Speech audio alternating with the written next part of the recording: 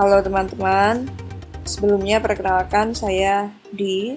Saya ingin mencoba membuat step by step untuk podcast, kemudian audiobook, ya materi-materi terkait dengan pendidikan, misalnya guru-guru TK ingin membuat dongeng, ingin membuat permainan yang disampaikan dalam bentuk auditif. Di sini saya mencoba untuk membuat step by step dari mulai pengenalan awal, prinsip-prinsipnya sampai ke pengemasannya.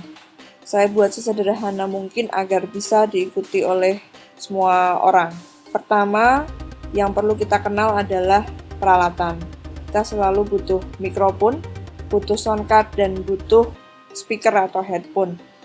Kenapa? Karena mikrofon ini adalah salah satu peralatan yang bisa mengantarkan atau mengubah gelombang bunyi menjadi gelombang listrik, di mana gelombang listrik itu nanti akan diterima oleh sound card, yang kemudian sound card itu akan mengubah dari sinyal yang analog tadi menuju ke sinyal digital. Nah, sinyal digital ini adalah sinyal yang bisa diterima oleh komputer kita. Lalu di komputer diolah dalam sebuah digital audio workstation atau istilah mudahnya adalah DAW atau software audio. Salah satunya adalah Audacity. Dalam digital audio workstation ini bisa kita dengar suara keluar dari laptop menuju soundcard, kemudian soundcard ini mengalirkan gelombang listrik ke speaker ini nanti yang akan mengubah dari gelombang listrik itu menjadi gelombang bunyi yang akhirnya bisa kita terima dengan telinga kita. Bisakah jika kita membuat rekaman-rekaman itu tanpa mikrofon lagi? Jadi kita cuma modal laptop aja bisa nggak? Bisa, sangat bisa, karena laptop hari ini sudah dilengkapi dengan fasilitas mikrofon, sudah dilengkapi dengan fasilitas speaker, sudah dilengkapi juga di dalamnya dengan sound card. Jika teman-teman sudah menggunakan software audio selain Audacity, itu tidak masalah, dan Audacity freeware. Jadi dia tidak berbayar, kita nggak perlu ngebajak apapun, dan ini original. Oke, bagaimana caranya? Pertama kali teman-teman harus membuka website ini untuk mendownload audacityteam.org. Di website ini, teman-teman akan menemukan informasi yang banyak sekali tentang Audacity. Kapan dia ada, siapa saja yang membuatnya gitu. Ini semua ada di sini. Lalu untuk mendownload, kita buka di bagian download. Nanti teman-teman akan menemukan halaman seperti ini. Nah, ini untuk Windows. Dia support untuk Windows 10, 8, 7, Vista. Lalu klik aja di sini. Dan nanti teman-teman akan menemukan halaman ini. Versi terakhirnya adalah 2.3.3. Ini yang sudah menggunakan. Jadi kalau install yang ini akan dapat sekalian user manualnya. Nanti ketika diklik akan muncul halaman ini. Nah, silahkan teman-teman menginstal Audacity Windows Installer, atau jika pengguna Linux maka pakailah yang Linux. Jika Mac ya pakailah Mac. Nah, installnya gampang banget. Setelah ini di-download, langsung aja klik 2 kali atau klik kanan, lalu run administrator. Udah, setelah itu sudah terinstall dalam laptop teman-teman. Jadi, pada bagian pertama ini, saya ingin menjelaskan tentang pengenalan panel dalam Audacity.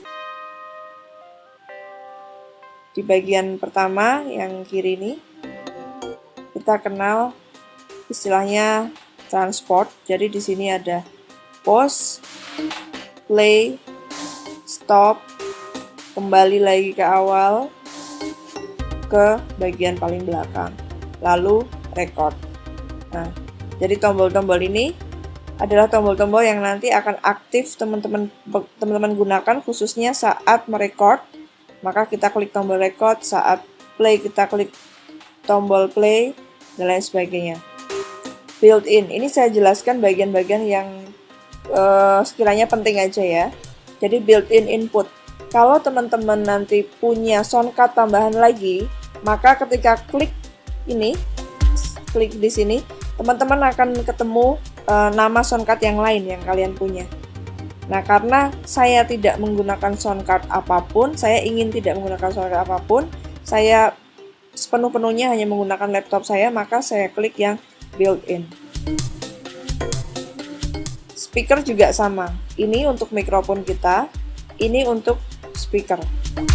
Jika teman-teman tidak menggunakan apapun, soundcard apapun, maka klik saja di built-in output. Maka nanti dia akan keluar pada speaker laptop atau headphone yang teman-teman colokin ke laptopnya.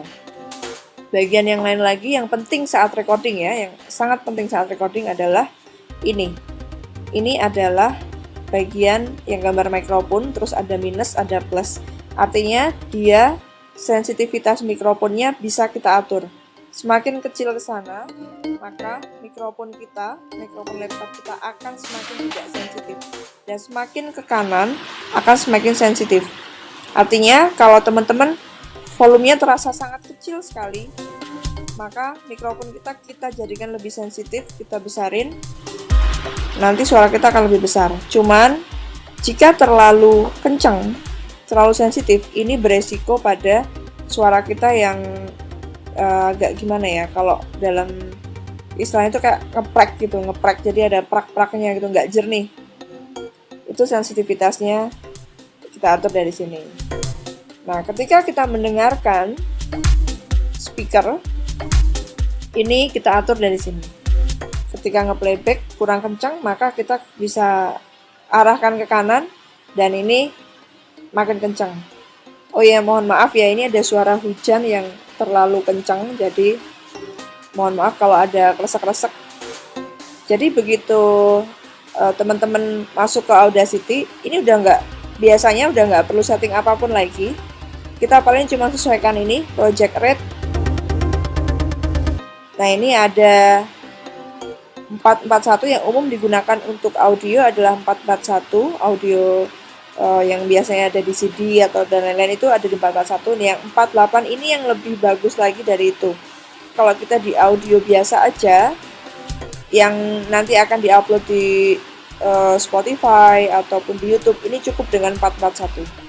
Misalnya kita coba dengan menekan tombol record. Sebenarnya dengan menekan tombol record, ini auto sudah langsung terbentuk satu rekaman.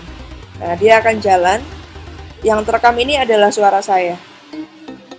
Yang ingin saya tunjukkan adalah, coba saya akan playback ya. Saya playback. Bisa dipencet di sini, ditekan di tanda segitiga hijau ini, atau bisa dengan spasi. Biasanya saya gunakan spasi, satu rekaman.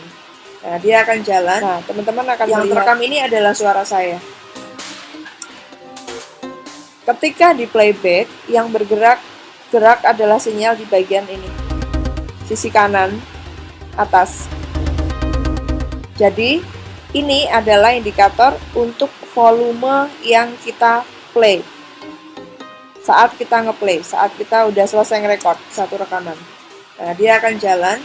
Oke. Yang terekam ini adalah suara saya. Oke, coba saya turunkan. Satu rekaman. Nah, dia akan jalan. Nah, suaranya akan pelan. Ini adalah suara saya.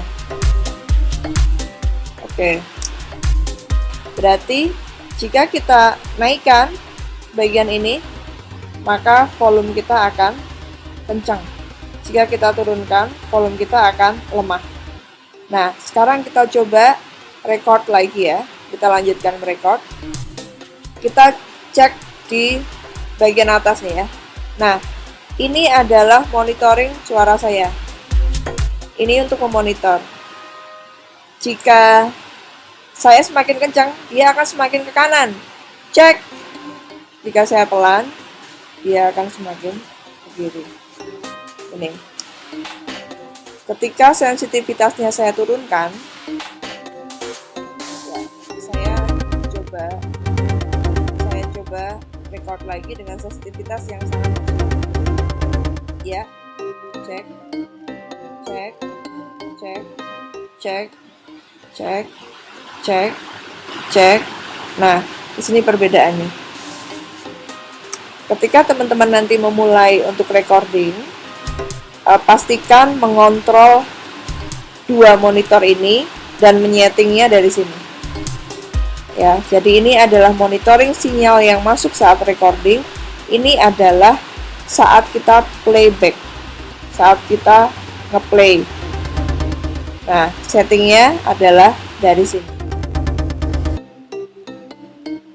Oke, selanjutnya setelah dari built-in input, built-in output, untuk setting soundcardnya, di sini adalah setting jenis sinyal yang akan masuk.